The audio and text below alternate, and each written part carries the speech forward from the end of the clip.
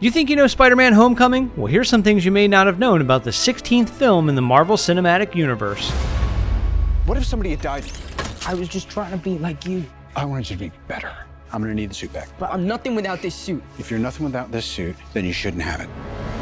In February 2015, Sony, who had the rights to the Spider-Man movies, reached an agreement with Marvel Studios to have Spider-Man appear in the MCU.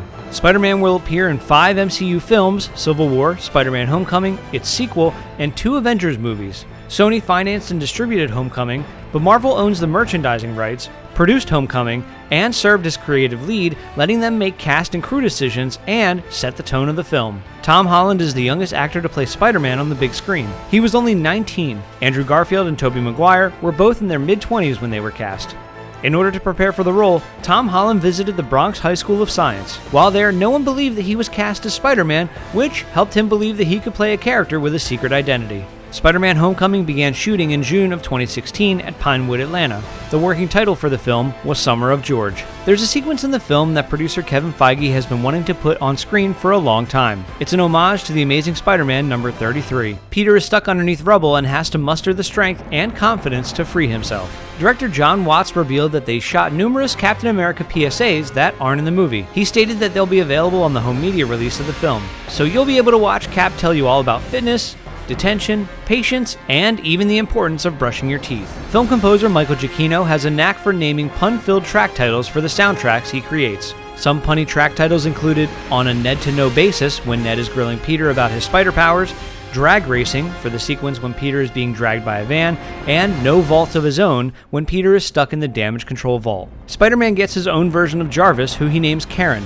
Karen is voiced by Jennifer Connelly, who is coincidentally married to Paul Bettany, who voiced Jarvis. Aunt May's car in the film has the license plate AMF-1562, a reference to Spider-Man's first appearance in the comics Amazing Fantasy number 15, which came out in 1962. One of the cars on the ferry has a license plate that reads SM20563, which is a reference to the first appearance of the Vulture in Amazing Spider-Man number 2, which came out in May of 1963. John Hughes and the 80s in general were huge influences on the film. John Watts made the cast watch The Breakfast Club, Pretty in Pink, and Ferris Bueller's Day Off in preparation for filming. Some of these inspirations even made their way on screen too, with the homecoming dance being 80s themed, music by Flock of Seagulls and the English Beat used in the film, and an homage to the Ferris Bueller chase scene that even ends with a clip from the movie.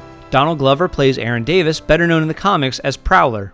In Homecoming, he references his nephew, who in the comics is Miles Morales. Donald Glover at one point started a Twitter campaign to play Spider-Man in the 2012 Spider-Man reboot. He did not get cast as Spider-Man in that film, but his Spider-Man connections continued. He was the inspiration for Miles Morales, who is Spider-Man from another dimension, voiced him in the Ultimate Spider-Man series, and wore Spider-Man pajamas in an episode of Community. And here's a bonus one.